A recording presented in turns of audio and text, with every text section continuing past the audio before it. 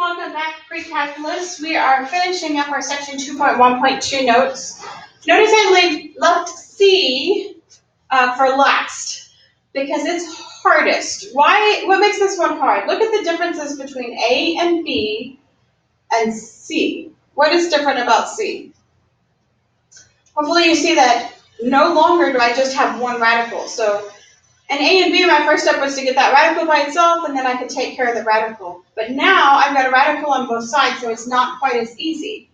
So we are just going to go ahead and square both sides. I can't get one by themselves. I mean, this is by itself, but there's still a radical on the other side, which is going to make our math a little bit trickier. So square root of x minus 2 squared. Those guys cancel out. That side's not bad. It's this side over here that's going to give us a little bit of heartburn.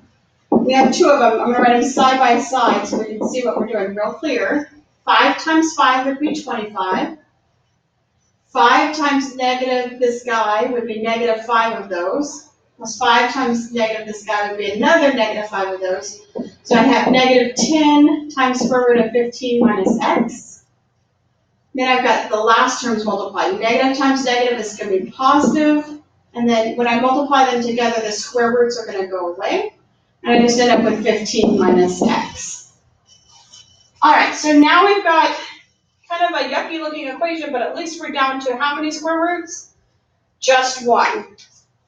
So if I bring this x over to the other side, I get 2x. 25 plus 15 would be 40. When I bring it over, it's going to be negative 40 minus 2, so this is minus 42. And over here, I've got negative 10 square root 15 minus x. Now, I don't want these numbers to get super big, so any chance that I get it to reduce them, I'm going to go ahead and do it. Is there any number that would go into both 2, 42, and 10? 2, right? So I'm going to divide this entire equation by 2 to kind of get these numbers reduced down before I keep going. 2 divided by 2 is just 1. 42 divided by 2 is 21. 10 divided by 2, this will be negative 5. And then 15 minus x. Normally we would divide off that 5 now, but it's not going to divide easily, so I'm just going to go ahead and square it as is to keep it a little bit more simpler. Squaring this side, squaring this side. Over here I've got x squared. I'll have negative 21x, negative 21x. Now I'm back up to negative 42x. And then negative 21 times negative 21, I'm actually going to have to plug that one into a calculator. I want 21 squared. Come over to my Desmos, put in 21 squared, and it tells me it's 441. All right, on the other side, I've got negative 5 squared. That's going to be 25 times this guy squared. Well, the square root and the square cancel each other, but I still have 15 minus x in there. Okay, this is a marathon pre-AP type of question, so this is hard. That's okay, you guys are tough and strong, and I know you can do this. So I've got a quadratic equation. I'm going to eventually get everything over to one side, but the first thing I'm going to do here is distribute this 25. 25 times 15. Don't be afraid to use a calculator for this part. So 25 times 15. Whoops, not that. Whoops. Let's go ahead and put it all the way back here. 25 times 15, we're at 375. I could have done that by paper faster now. 25 times negative x would be negative 25x. I'm going to move these guys over. I've got a quadratic equation. I want to set it equal to 0. So moving the 25 over, I've got negative 42 plus 25, that would be negative 17x. And then 441 minus 375, I'm not even sure my brain can do that right this second. 441 minus 375, we get 66.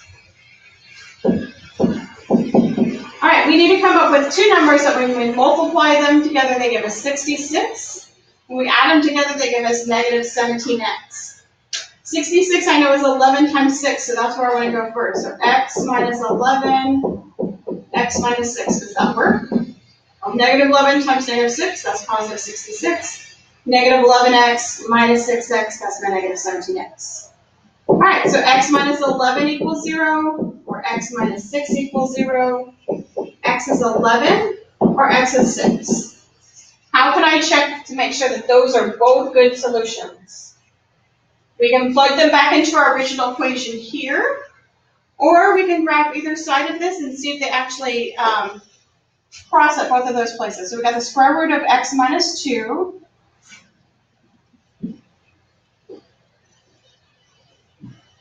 And we want to know, where is that guy equal to 5 minus the square root of 15 minus x?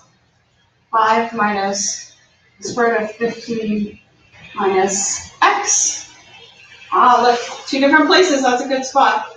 It crosses at 6 and 11. Those are the 2 that we came up with down here. So we are good to go. Both of those are good answers. We do not have an extraneous one. All right, go ahead and pause the video. See if you can figure out, see it's a little bit more friendly, the numbers are a little smaller, and then come back when you think you have it. I'm going to go ahead and erase this. If you're back, I hope that means you've tried it out on your own. I'm going to start by squaring both sides. I've got x plus 7 over here.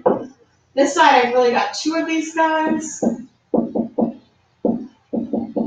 So I've got 3 times 3 is 9. I've got 3 times that square root, 3 times that square root. That means I've got 6 times that square root. And then positive times positive is positive. Square root times square root, the square root goes away, so I've got 2 minus x. We've got it down to 1 square root now, so I'm going to try to get that by itself. Moving this x over to the other side, x plus x is 2x. Let's see, 9 plus 2 would be 11. 3 over here, 7 minus 11 would be negative 4. And I've got 6 square root 2 minus x. Again, even though these numbers are small, if you have an opportunity to reduce it down, I say go for it. So I'm going to go ahead and divide by 2. 2 divided by 2 is x. Negative 4 divided by 2 is negative 2. 6 divided by 2 is 3. How come I'm not doing this guy? Well, first of all, he's underneath the square root, so I can't touch him. But even if I could, he's married to that x, so I can't divide that up. All right, now we're going to square both sides and get rid of that last square root. So this would be x squared. Negative 2x would be negative 4x. Negative 2 times negative 2 would be positive 4. 3 squared is 9 times this guy, the square root of the square root. Square of the square root makes the square root go away. That's what I meant to say. All right, so this is x squared minus 4x plus 4. 9 times 2 is 18 minus 9x. Bringing the 9x over, 9 minus 4, it's going to be 5x. 4 minus 18 is negative 14. We are looking for 2 numbers that when we multiply them give me negative 14, subtract to positive 5. So that would be 7 and 2. This guy's positive, I want 7 minus 2. So x plus 7 equals 0, x minus 2 equals 0. X is equal to negative 7, x is equal to 2. Do those both work? How can we tell? We're going to go plug them back into this equation here. Or I can come over to Desmos. So I'm going to know, is the square root of x plus 7?